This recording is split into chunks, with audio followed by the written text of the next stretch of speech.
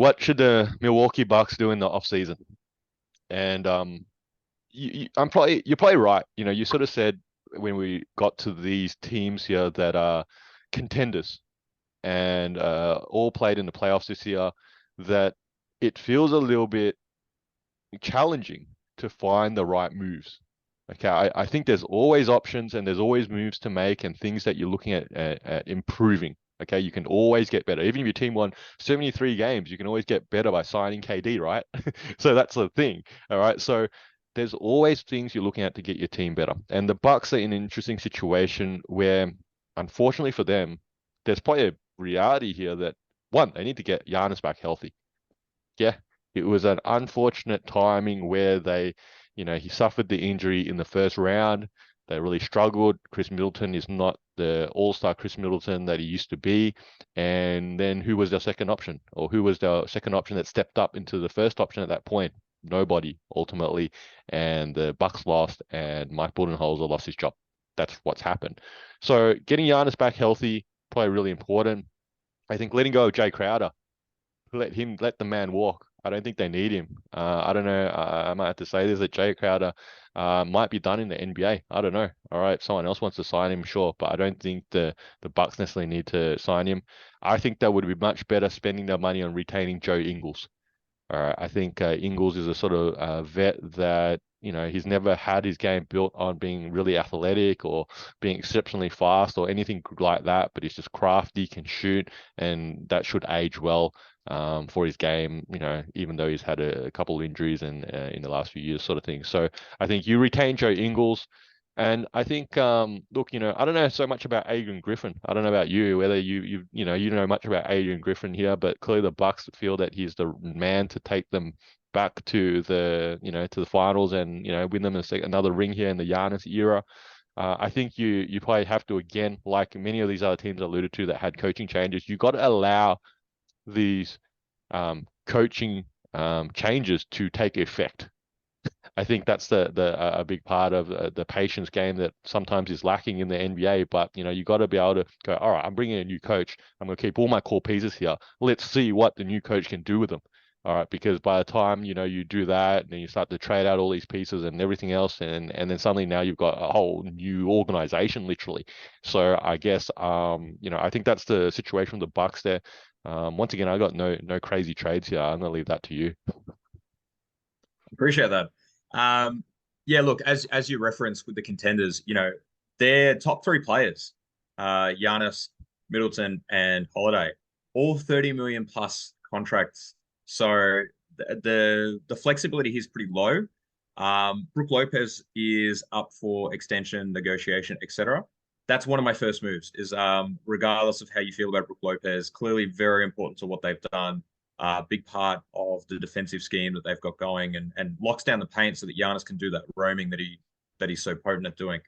Obviously, you've referenced the coaching situation. Yeah, you're right. Like you get a new coach in now, you have to see how it goes.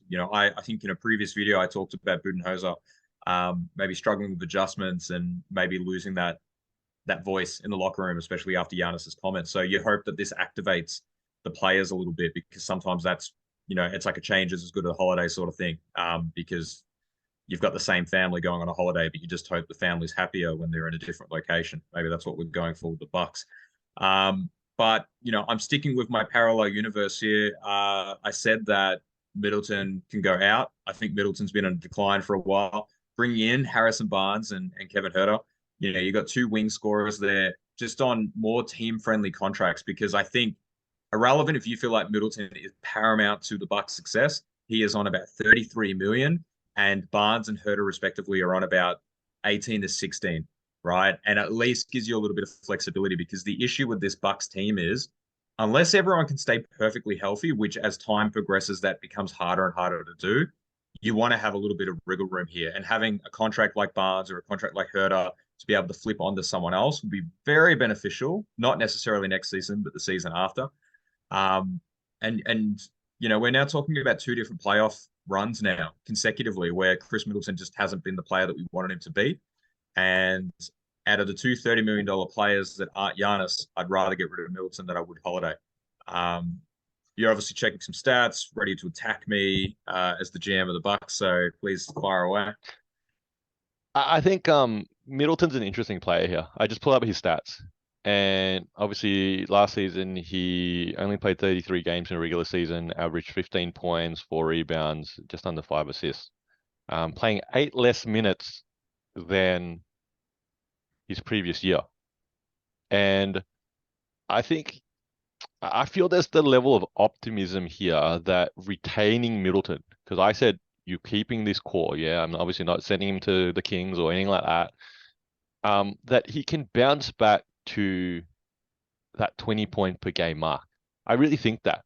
Okay. I think the reality, he came back, he had half a year, they slowly ramped him up. He was coming off the bench initially, and then then they got him as a starter towards the end of the year, and then the playoffs, Giannis went down, disaster. Okay. But if you could get him back to the 30-minute per game mark, his assist and his rebound stats are literally the same, even though he's playing 8 less minutes. And literally for his 8 more minutes on the floor, okay, or 6 more minutes on the floor gets him to the 30-minute mark. I think you would bounce him, an extra basket or two, and now you're at 19 points a game. So I don't think his game has gone to, fallen off that much. I think he can regain the production that he used to provide the Bucks prior to his injury.